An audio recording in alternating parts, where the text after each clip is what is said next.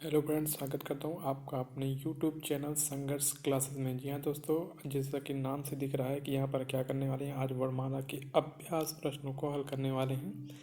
तो इससे रिलेटेड जितने भी क्वेश्चन बन सकते थे मैंने आज आपको अभ्यास कराने का प्रयास किया है। तो इससे रिलेटेड क्वेश्चन को आज देखने हैं। इससे पहले अगर मैं आपको बताना चाहूँगा कि अभी तक आपने मेरे पुराने वीडियो को नहीं देखा इससे रिलेटेड, जहाँ पर मैं वर्णमाला को डिटेल में पढ़ाया हूँ, तो आप जाकर वहाँ पर वर्णमाला को पढ़ सकते हैं। उसके बाद आप यहाँ पर आकर इन प्रश्नों को जवाब यानी प्रैक्टिस कर सकते हैं। चलिए क्वेश्चन की शुरुआत करते हैं। हमारा आज का पहला प्रश्न है, निम्नलिखित में से ओष्ठ ध्वनि कौन सी है? अगर हम ओष्ठ ध्वनि की बात करें तो ऑप्शन ए में ला, ऑप्शन बी रा, ऑप्शन सी सा और ऑप्शन डी फा। देखिए ओष्ठ ध्वनि, ओष्ठ यानी कि ओठ से बोलने वाली शब्द वर्ण। तो जैसा कि नाम से स्पष्ट है, ओष्ठ ध्वनि यानी कि आप बोल के देख लीजिए। ला ला क्या ला वर्ण में ओठ का प्रयोग हो रहा है? नहीं हो रहा है ना। और रा की बात करें तो रा में भी नहीं का प्रयोग हो रहा है, और सा की बात करें तो सा में भी प्रयोग नहीं है। लेकिन अगर हम फा की बात करें तो फा में ओष्ठ का प्रयोग हो रहा है। आप बोल के देख लीजिए, फा यानी कि ओठ का प्रयोग हो रहा है। ये क्या कहलाएगी? ओष्ठ ध्वनि। तो हमारा ऑप्शन क्या हो जाएगा सही? Option D. हमारा ऑप्शन डी सही राइट आंसर होगा। अगले प्रश्न की तरफ चलते हैं। हमारा अगला प्रश्न है, भाषा की सबसे छोटी इकाई किसे कहते हैं? तो ऑप्शन ए शब्द को, ऑप्शन बी व्यंजन को, ऑप्शन सी स्वर को, ऑप्शन डी वर्ण को। अगर हम बात करें भाषा की सबसे छोटी इकाई किसे कहते हैं, तो वह किसे कहेंगे? वर्ण को। लेकिन अगर ऑप्शन में ध्वनि दिया होता कि भाषा की सबसे छोटी इकाई क्या है और ऑप्शन में ध्वनि भी होता, तो आप किसे मार के आते हैं? ध्वनि को मार के आते हैं। किसे? ऑप्शन में वर्ण भी मिल जाए, अगर ध्वनि भी मिल जाए तो आप ध्वनि को मारेंगे ऑप्शन में। अगर केवल वर्ण मिल रहा है तो वर्ण को मार लेंगे। अगर क्वेश्चन थोड़ा पलट के पूछ ले कि लेखन के दृष्टि से भाषा की सबसे छोटी इकाई क्या है, तब वर्ण को मारेंगे। अगर पूछ ले कि ध्वनि के यानी कि भाषा की दृष्टि से, अगर केवल पूछे भाषा की सबसे छोटी इकाई क्या है, अगर ऑप्शन में ध्वनि है तो आप ध्वनि में मारेंगे। अगर इसको मैंने बताया हुआ है, आप चाहकर मेरे वीडियो को, पुरानी वीडियो को देखेंगे तो वहाँ पर मैंने पूरे वर्णमाला के चैप्टर में पूरा डिटेल में इसको बताया है।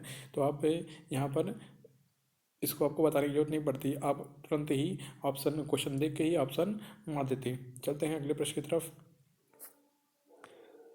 हमारा अगला प्रश्न है, वर्णमाला किसे कहते हैं? तो ऑप्शन ए शब्द समूह को, ऑप्शन बी वर्ण समूह को, ऑप्शन सी शब्द गणना को, ऑप्शन डी व्यवस्थित वर्ण समूह को। तो हम जानते हैं वर्णमाला किसे? वर्णों का समूह होता है। तो इससे दो सही हो सकते हैं, ऑप्शन बी और ऑप्शन डी। यानी कि वर्णों का समूह यहाँ पर भी है, वर्णों का समूह यहाँ पर भी है, लेकिन यहाँ पर ऑप्शन डी में है व्यवस्थित वर्णों के समूह। तो हम ऑप्शन डी हमारा राइट आंसर हो जाएगा कि वर्णमाला किसे कहते हैं? वर्णमाला व्यवस्थित वर्ण समूह को कहते हैं। ये भी मैंने पढ़ाया हुआ है, आप जाकर चैप्टर अगर पढ़ेंगे तो ये क्वेश्चन बताना नहीं पड़ेगा आपको ऑलरेडी पता है, आंसर पता चल जाएगा। तो अभी तक आपने मेरे पुराने वीडियो को नहीं देखा तो जाकर देख सकते हैं। अगले प्रश्न की तरफ चलते हैं। हमारा अगला प्रश्न है, निम्नलिखित में से कंठ ध्वनि कौन सी है? कंठ ध्वनि यानी कंठ यानी गले से बोली गई ध्वनि कौन सी है? तो ऑप्शन ए का और खा, ऑप्शन बी या और रा, ऑप्शन सी चा और जा, ऑप्शन डी टा और ठा। अगर पुरानी वीडियो देखेंगे तो उसमें मैंने बताया था कचट तप यानी क च ट त प, यानी कि कचट तप का मतलब क्या है? यानी कि का वर्ग चा वर्ग और का चा टा ता प, यानी का वर्ग चा वर्ग टा वर्ग ता वर्ग और पा वर्ग। इसके लिए मैं एक ट्रिक बताया था, के टी एम दो, यानी के का वर्ग जो होगा उसको कहाँ से बोला जाएगा? के से, कंठ से। और चा वर्ग कहाँ? तालु से। और टा वर्ग कहाँ? मूर्धा से। और ता वर्ग कहाँ? दंत से। और पा वर्ग कहाँ? ओष्ठ से। तो अगर पूछे कंठ ध्वनि कौन सी है, तो का वर्ग यानी का और खा कौन सी ध्वनि कहलाएगी? कंठ ध्वनि कहलाएगी। तो ऑप्शन हमारा क्या हो जाएगा सही? Option A. नेक्स्ट प्रश्न की तरफ चलते हैं, अगले प्रश्न की तरफ। हमारा अगला प्रश्न है, निम्नलिखित में से अल्पविराम वर्ण कौन से हैं? तो अल्पविराम वर्ण कौन से होते हैं, इसके लिए आपको जानना पड़ेगा कि अल्पविराम किसे कहते हैं या फिर अल्पविराम कौन कौन से वर्ण होते हैं। अगर अल्पविराम व्यंजन की बात करें या वर्ण की बात करें, तो प्रत्येक वर्ग का पहला तीसरा और पांचवा वर्ण तथा कौन सा अंतास्त व्यंजन। इसको जान लीजिए, यहाँ पर अभी यहीं पे देखते हैं अंतास्त व्यंजन देख लेते हैं। अंतास्त व्यंजन यानी कि प्रत्येक वर्ग का, यानी का वर्ग, चा वर्ग, टा वर्ग, ता वर्ग और पा वर्ग का प्रथम वर्ण, तृतीय वर्ण और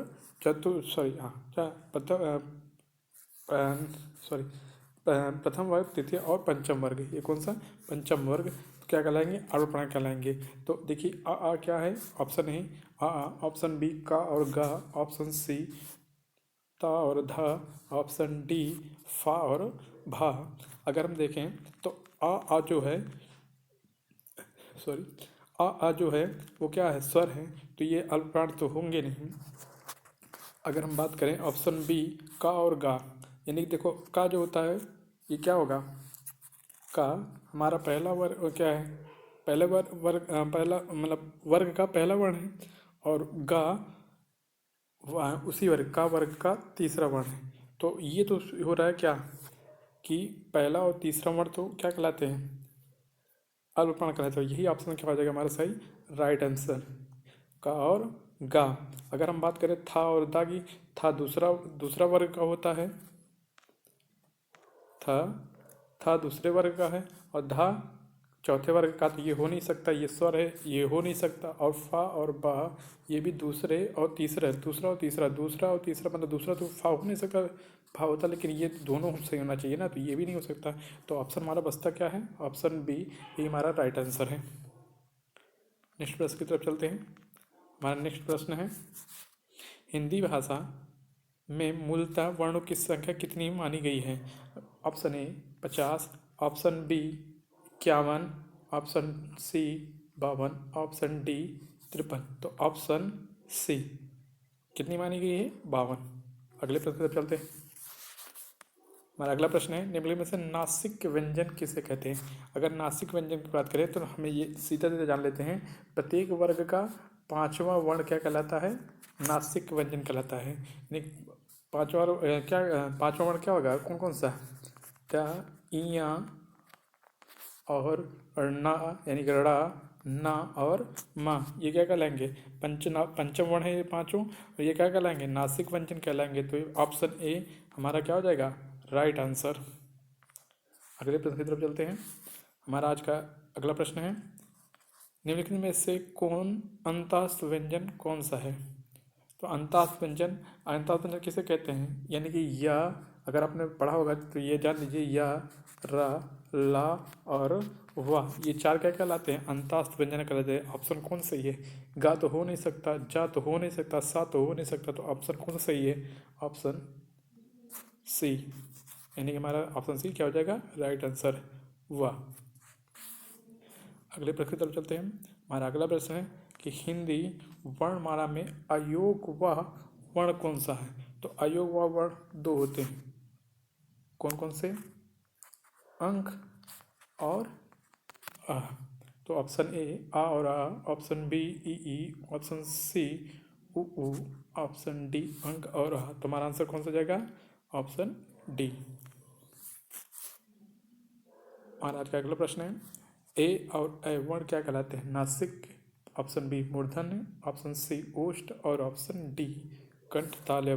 देखिए ए जो होता है वो आ और ई से मिलकर बना होता है, किससे, ई से क्या बनता है, ए बनता है, और आ और बड़ी ई से मिलकर ए बनता है, क्या बनता है, ए बनता है। तो ये क्या कहते हैं, आ जो है कंठ से बोला जाता है, आ हमारा कंठ से बोला जाता है, ई कहाँ से बोला जाता है, तालु से बोला जाता है।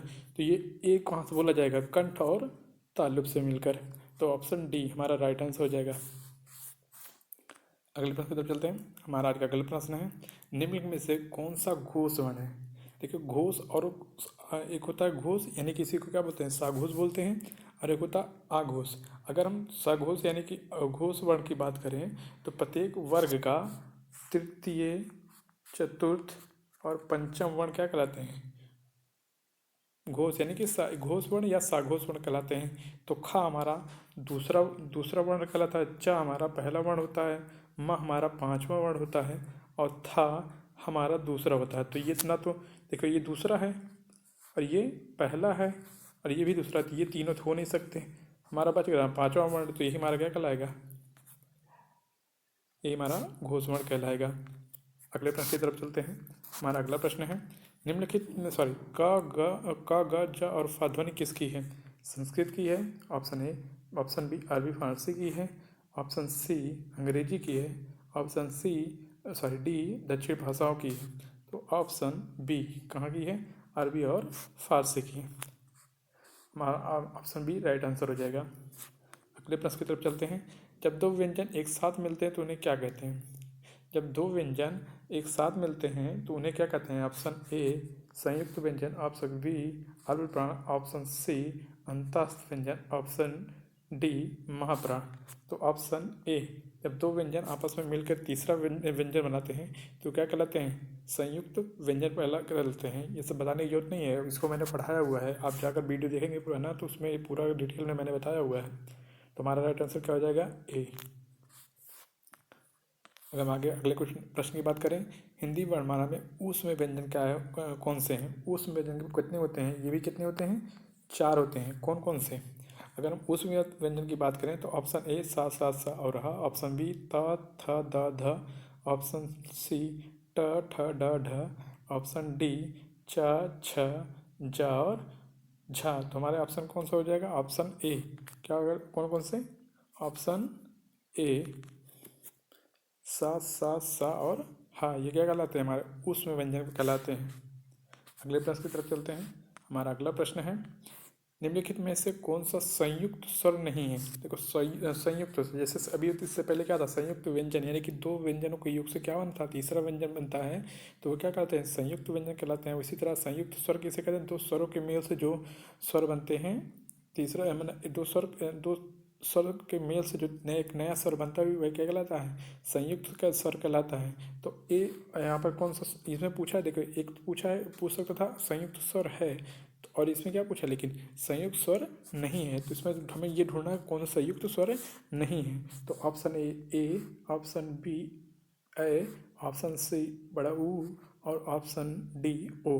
देखो मैंने बताया था अभी इससे पहले क्वेश्चन आया था, उसमें बताया था मैंने ए और ए किससे मिलकर बना है? आ प्लस ई से या फिर बड़ी ई से मिलकर बना हुआ है। ओ जो है आ और प्लस ऊ से मिलकर बना हुआ है, और ऊ जो है किसी अन्य क्या कहते हैं स्वर से मिलकर नहीं बना। तो हमारा राइट आंसर क्या हो जाएगा? ऑप्शन सी ऊ। नेक्स्ट प्रश्न की तरफ चलते हैं। अगले प्रश्न की तरफ। हमारा आज का अगला प्रश्न है, निम्नलिखित में से कौन सभी महाप्राण वर्गों वाला वर्ग है? यानी हमें बताना कि महाप्राण वर्गों वाला वर्ण कौन सा है, ये बताना है। तो ऑप्शन इसमें देखिए, महाप्राण वर्ग किसे कहते हैं? महाप्राण वर्ण या व्यंजन किसे कहते हैं? तो प्रत्येक वर्ग का द्वितीय और चतुर्थ वर्ण क्या कहलाता है? हमारा प्रत्येक वर्ग का द्वितीय और चतुर्थ वर्ण क्या कहलाता है? महाप्राण व्यंजन कहलाता है, या फिर महाप्राण व्यंजन कहलाता है। और इसके साथ साथ क्या था? ऊष्म वर्ण भी क्या कहलाते हैं? ऊष्म वर्ण भी क्या कहलाते हैं? महाप्राण कहलाते हैं। तो इसमें देखते हैं द्वितीय और तृतीय या फिर ऊष्म वर्ण अगर दिखेगा तो वही क्या कहलाएगा? महाप्राण वाला वर्ग होगा। तो हम देखते हैं, खा हमारा क्या है? देखिए, खा हमारा द्वितीय वर्ण मतलब दूसरा वर्ण है। छा लेकिन जो है वो भी क्या है? द्वितीय वर्ण है। और ठा भी क्या है? द्वितीय। ये तुम्हारा राइट आंसर क्या हो जाएगा? Option A. इसे कहने की जरूरत नहीं है। जबकि ऑप्शन बी देखें तो धा जो है ये क्या है? चतुर्थ है, लेकिन जो चा है वो पहले आ गया, तो ये राइट रॉन्ग आंसर हो जाएगा। अगर बात करें इसे माँ, ये पंचम है, ये भी हो नहीं सकता। अगर या तो होता नहीं उसमें व्यंजन, तो ये भी नहीं होता। तो ऑप्शन ए हमारा ही राइट आंसर है। अगले प्रश्न की तरफ चलते हैं। हमारा अगला प्रश्न है, छा वर्ण किसके योग से बना होता है? देखिए, छा जो है यहाँ पर थोड़ा मिसप्रिंट है, का और सा से मिलकर बनता है। ये आधा का होगा और ये आधा सा होगा। तो ऑप्शन ए राइट आंसर हो जाएगा। अगला प्रश्न, इनमें में से कौन सा पश्च स्वर है? अगर मेरा पुराना वीडियो देखा होगा तो उसमें मैंने पूरी डिटेल में बताया है कि अग्र मध्य और पश्च 3 स्वर होते हैं। इन सब के बारे में मैंने बताया हुआ है, तो वहाँ पर जाकर आप देखेंगे तो वहाँ पर हो जाएगा, तो आपको पता लग जाएगा। चलिए यहाँ पर देखते हैं ऑप्शन के हिसाब से। तो ऑप्शन ए बा, ऑप्शन बी ढ, ऑप्शन सी आ, ऑप्शन डी जा। देखिए, आ बा जो है व्यंजन है, तो ये स्वर तो हो नहीं सकता। ढा भी व्यंजन है, ये स्वर हो नहीं सकता। जा भी व्यंजन है, ये स्वर हो नहीं सकता। तो हमारा ऑप्शन सी बच रहा है सीधे। कौन सा? आ को क्या बोलते हैं? पश्च स्वर बोलते हैं। हमारा अगला प्रश्न है, निम्नलिखित में से कौन सा व्यंजन पार्श्विक व्यंजन पार्श्विक व्यंजन है? तो ऑप्शन ए सा, ऑप्शन बी ला, ऑप्शन सी झा, ऑप्शन डी या। तो अगर अपने दिख जाए पुराना वीडियो देखेंगे तो उसमें मैंने बताया हुआ है कि ला को क्या बोलते हैं? ला को पार्श्विक व्यंजन बोलते हैं। तो ऑप्शन बी हमारा राइट आंसर हो जाएगा। और अगला प्रश्न है, निम्नलिखित में से ओ का उच्चारण स्थान कौन सा है? ओ का उच्चारण स्थान क्या है? देखो, दंत से ऑप्शन ए, ऑप्शन बी मूर्धा से, ऑप्शन सी कंठ और ओष्ठ से, ऑप्शन डी इनमें से कोई नहीं। देखो ओ जो है कंठ, देखो ओ को बोलते हुए कंठ का से गले आवाज़ निकल रही और ओठ का भी प्रयोग हो रहा है। तो ऑप्शन सी हमारा क्या हो जाएगा? Right answer. अगले प्रश्न करते हैं, इनमें से कौन अल्पप्राण व्यंजन है? देखिए, अल्पप्राण व्यंजन किसे कहते हैं पहले ये जान लीजिए। अल्पप्राण व्यंजन मैंने बताया हुआ है कि प्रत्येक वर्ग का प्रथम यानी पहला, तीसरा और पांचवा वर्ण क्या कहलाता है? पांचवा वर्ण क्या कहलाता है? अल्पप्राण कहलाता है। अगर अल्पप्राण कहलाता है तो ऑप्शन के अगर देखें तो खा जो है ये क्या है? दूसरा वर्ण है तो ये हो नहीं सकता। चा पहला वर्ण है तो ये हो सकता है। ऑप्शन था जो है दूसरा वर्ण है तो ये हो नहीं सकता। ऑप्शन फ ये भी दूसरा तो ये हो नहीं सकता। तो ऑप्शन हमारा क्या हो जाएगा? ऑप्शन बी राइट आंसर हो जाएगा। अगले प्रश्न की तरफ चलते हैं। हमारा अगला प्रश्न है, हिंदी की मूर्धन्य ध्वनियाँ हैं। तो ये जो पांच ऑप्शन दिए हैं उसमें से मूर्धन्य ध्वनि कौन सी है ये बताना है।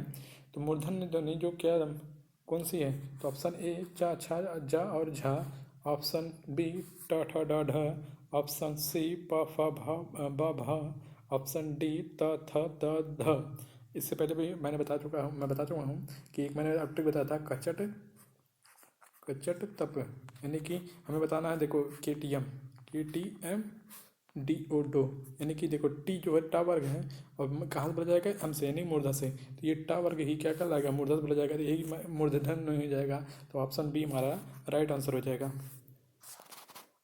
नेक्स्ट अगला प्रश्न है हमारा, निम्नलिखित में से कौन मूर्धन्य ध्वनि नहीं है? वही मैंने बताया कि टा वर्ग क्या है? मूर्धन्य ध्वनि है। तो टा ठा और ढा ये क्या कहलाते हैं? तीनों क्या कहते हैं? टा वर्ग के अंदर आते हैं। तो ये मूर्धन्य ध्वनि हो जाएगा। खा जो है हमारा मूर्धन्य ध्वनि नहीं है। तो ये हमारा राइट आंसर हो जाएगा। अगला प्रश्न, ओ किस प्रकार के वर्ण हैं? तो किस प्रकार के हैं? तालव्य, ऑप्शन ए, ऑप्शन बी मूर्धन्य, ऑप्शन सी दंतोष्ठ, ऑप्शन डी कंठोष्ठ। तो ऑप्शन हमारा इससे क्या हो जाएगा? डी, क्योंकि मैं इससे पहले में बताया वो क्या है? कंठ और ओठ से बोला जाता है तो कंठोष्ठ हो जाएगा। तो ऑप्शन डी इसका क्या हो जाएगा? राइट आंसर हो जाएगा। हमारे अगले प्रश्न की तरफ चलते हैं। हमारा अगला प्रश्न है, निम्नलिखित में से कौन सा स्वर समवृत्त स्वर है?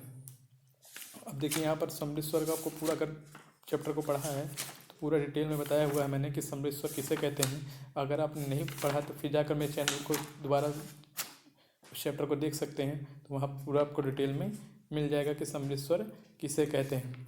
तो आप इस प्रश्न को देखते हैं, समवृत्त स्वर किसे कहते हैं? निम्नलिखित में से आप समवृत्त स्वर किसे कहते हैं? तो ऑप्शन ए आ, ऑप्शन बी ओ, ऑप्शन सी ई, ऑप्शन डी ए। तो हमारा ऑप्शन सी क्या हो जाएगा? Right answer. ई को क्या कहते हैं? समवृत्त स्वर कहते हैं। नेक्स्ट प्रश्न, हमारा अगला प्रश्न है, निम्नलिखित में से कौन सी व्यंजन ध्वनियाँ स्पर्श संघर्षी होती हैं? ऑप्शन ए चा छा जा और झा, ऑप्शन बी क ख ग और घ, ऑप्शन सी ट ठ ड और ह, ऑप्शन डी फ प फ ब और भ। तो ऑप्शन ए हमारा राइट आंसर हो जाएगा। ऑप्शन ए चा छा जा और झा, यानी कि चा वर्ग के प्रथम चार वर्ण को क्या बोलते हैं? स्पर्श संघर्षी व्यंजन कहते हैं। और अगले प्रश्न की तरफ चलते हैं। निम्नलिखित में से आघोष अल्पप्राण ध्वनियाँ कौन सी? देखो ये तो हमें देखना है कोई की जो वर्ण चूज करना है वो आघोष भी हो और अल्पप्राण भी हो। आघोष क्या होता है पहले ये जान लेते हैं। आघोष किसे कहते हैं इसको बता करें। अगर हम आघोष की बात करें तो आघोष जो होता है प्रत्येक वर्ग का पहला और दूसरा वर्ण क्या कहलाता है? आघोष कहलाता है। अल्पप्राण की बात करें तो प्रत्येक वर्ग का पहला, तीसरा और पांचवा वर्ण क्या कहलाता है? अल्पप्राण कहलाता है। तो यानी कि जो जो दोनों में लेके अल्प आघोष भी होना चाहिए और अल्पप्राण भी होना चाहिए, यानी कि पहला वर्ण दोनों सेम मिला है। तो अगर जो पहला वर्ण होगा प्रत्येक वर्ग का पहला वर्ण क्या कहलाएगा? आघोष अल्पप्राण ध्वनि कहलाएगा। तो झा जो है, झा कौन सा वर्ण है? ये हो नहीं सकता ये, क्योंकि क्या है? चौथा वर्ण है। टा और या हो नहीं सकता। जा की अगर बात करें तो ये भी हो नहीं सकता। तो का हमारा क्या हो जाएगा? पहला वर्ण है, तो ये हमारा क्या हो जाएगा? राइट आंसर हो जाएगा। नेक्स्ट अगला प्रश्न की तरफ चलते हैं। हमारा अगला प्रश्न है, निम्नलिखित में से कौन सा साघोष महाप्राण है? देखिए अभी तक मैंने बताया आघोष अल्पप्राण, अब यहाँ पर क्या पूछा है? साघोष महाप्राण। अगर साघोष की बात करें तो क्या होता है? तीसरा, प्रत्येक वर्ग का तीसरा, चौथा और पांचवा वर्ण। और महाप्राण प्राण की बात करें दूसरा और चौथा वर्ण। तो यहाँ पर देखिए चौथा वर्ण जो में होगा दोनों में है ना कॉमन, तो वही क्या हो जाएगा? साघोष महाप्राण। तो का पहला वर्ण होता है तो हो नहीं सकता। जा जो होता है चौथा वर्ण होता है, तो यही हमारा राइट आंसर हो जाएगा, आगे जाने की जरूरत ही नहीं है। और ये हमारा क्या हो जाएगा? ऑप्शन बी राइट आंसर है। तो मैंने काफ़ी प्रश्न आपको यहाँ पर इससे रिलेटेड करा दिया है, इस चैप्टर से रिलेटेड। अगर आपको कोई डाउट हो तो क्वेश्चन में तो कमेंट द्वारा पूछ सकते हैं। और अगर आपको वीडियो अच्छा लगा हो तो चैनल को लाइक, सब्सक्राइब और कमेंट करना ना भूलें। तब तक के लिए नमस्कार।